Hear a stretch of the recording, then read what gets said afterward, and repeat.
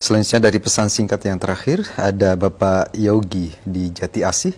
Assalamualaikum warahmatullahi.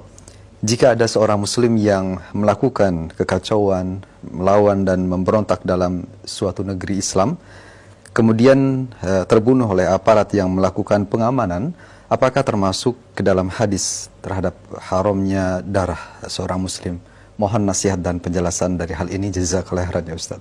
Tentang masalah ini ada Allah sebutkan di dalam surah Al-Maidah. Kita melihat dalam surah Al-Maidah, Allah menyebutkan tentang orang-orang yang dia memerangi Allah dan Rasulnya di ayat 32, di ayat 33. Jadi Allah menyebutkan min ajli dzalika katabna li bani Israila annahu man qatala nafsan bighairi nafsin aw fasadin fil ardi fakannama qatala an-nasa jami'a wa man ahyaha fakannama ahya an-nasa jami'a. Karena itu kami tetapkan atas Bani Israel bahwa orang yang membunuh jiwa, artinya membunuh jiwa dengan sengaja, bukan karena orang itu membunuh jiwa yang lain, bukan karena qisas, atau bukan orang itu membuat kerusakan di muka bumi. Maka seolah-olah orang yang membunuh seorang muslim dengan sengaja itu seolah dia membunuh manusia semuanya. Barang siapa yang menghidupkannya seolah dia menghidupkan seluruh manusia. Dari ayat ini diambil istinbat, yaitu orang yang dia membunuh jiwa dengan jalan orang itu dengan sebab dia membunuh jiwa yang lain, artinya dia membunuh orang lain, qisas, ya boleh dibunuh. Atau dia membuat kerusakan, fasad, dia memberontak pada penguasa, maka boleh dibunuh. Sama seperti lanjutan ayatnya di surah Al-Maidah juga ayat 33. Innama jazaa'ul ladzina yuharibunallaha wa rasulahu wa yas'auna fil ardi fasada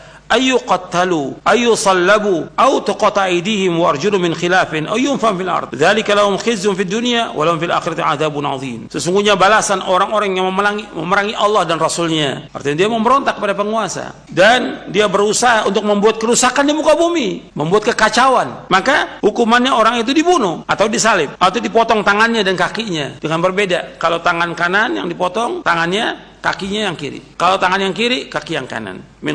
Min khilaf, atau dia diasingkan. Yang demikian kehinaan bagi dia di dunia dan bagi mereka di akhirat azab yang besar. Kecuali yang bertaubat, ila la tabu min qabli an taqdiru alaihim, yang bertaubat. Dan juga berkenaan hadis yang tadi tentang la yahilu damu muslimin, kan disebutkan yang ketiga itu al-mufariqul dini, al-mufariqul jamaah, artinya yang dia memisahkan kepada dari jamaah kaum muslimin, memberontak, juga dibolehkan untuk diperangi. Tapi jelas orang ini memerangi. Jadi untuk perhatikan, harus dijelaskan yang seperti ini. Kalau jelas-jelas dia memerangi, dia membawa senjata untuk memerangi penguasa, bukan sekedar demo dibunuh, nggak boleh. Sekarang kita bicara soal syariat Islam dan undang-undang yang ada. Dalam syariat Islam, demo nggak dibolehkan. Dalam syariat Islam, dalam undang-undang yang ada, dalam pemerintahan demokrasi di Indonesia, demokrasi, di dalam demokrasi dibolehkan orang demo. Ada aturannya, ada undang-undangnya, dibolehkan untuk demo. Bahkan penguasa mengatakan minta di demo. Kalau nggak demo kan nggak tahu dia di mana kesalahannya. Dan itu ada videonya. Jadi penguasanya minta untuk di demo. Karena apa? Dia nggak tahu kalau dia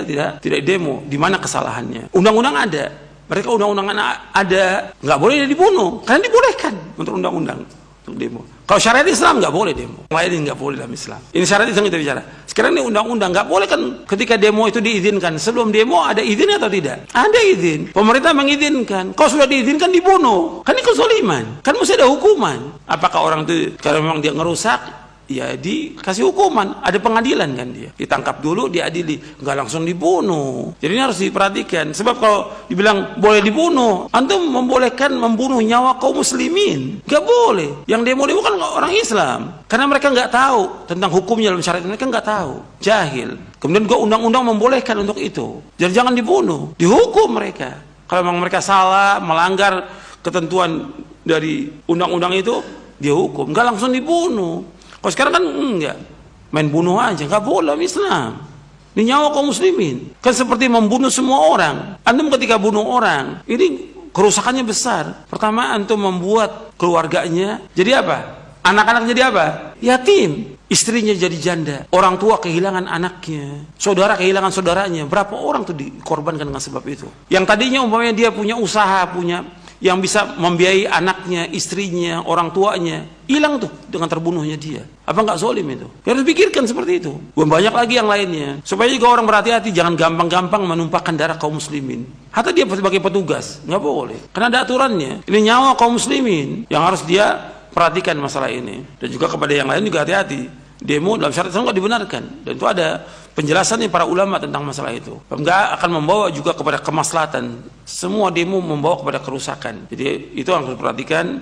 nggak ada manfaatnya membuang waktu dengan sia-sia. Kalau seandainya mau menasihati penguasa, datangi sesuai dengan syariat, bukan dengan demo. Datangi penguasa seperti yang diperintahkan dalam Al-Quran, diperintahkan dalam hadis Nabi SAW. Kan orang yang paling jahat di muka bumi, yang mengaku sebagai Tuhan, lu banyak membunuh manusia. Siapa? Firaun. Allah menyuruh Nabi Musa, Nabi Harun mendatangi Firaun, nasihati Firaun. Ini paling zalim itu. Mengatakan dia sebagai Tuhan. Ana rabbukumul a'la. Allah mengatakan kepada Nabi Musa dan Nabi Harun, "Idhhaba ila fir'auna innahu tagha, faqula lahu qawlan layyinan la'allahu yatadhakkaru wa yakhsha."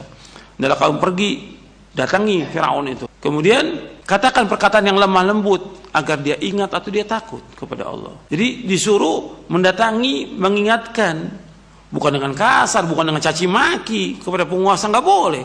Mencaci maki penguasa nggak boleh depan umum atau menjelek-jelekan dia, nggak boleh dalam Islam. Ini Firaun tagut. Tetap Nabi Musa dan Nabi Harun disuruh datangi Firaun, kemudian menasihati dengan cara yang baik. Disuruh untuk mengucapkan kalimat la ilaha illallah, kemudian dinasihati dengan baik untuk takut kepada Allah. Jadi seperti itu Islam. Saya pikir cukup sampai di sini kajian kita, mudah-mudahan bermanfaat. Kurang lebihnya saya mohon maaf. Wassalamualaikum Muhammadin sallallahu alaihi wasallam. Subhanakallahumma bihamdik asyhadu an la ilaha illa anta astaghfiruka wa atubu ilaik. Assalamualaikum warahmatullahi wabarakatuh.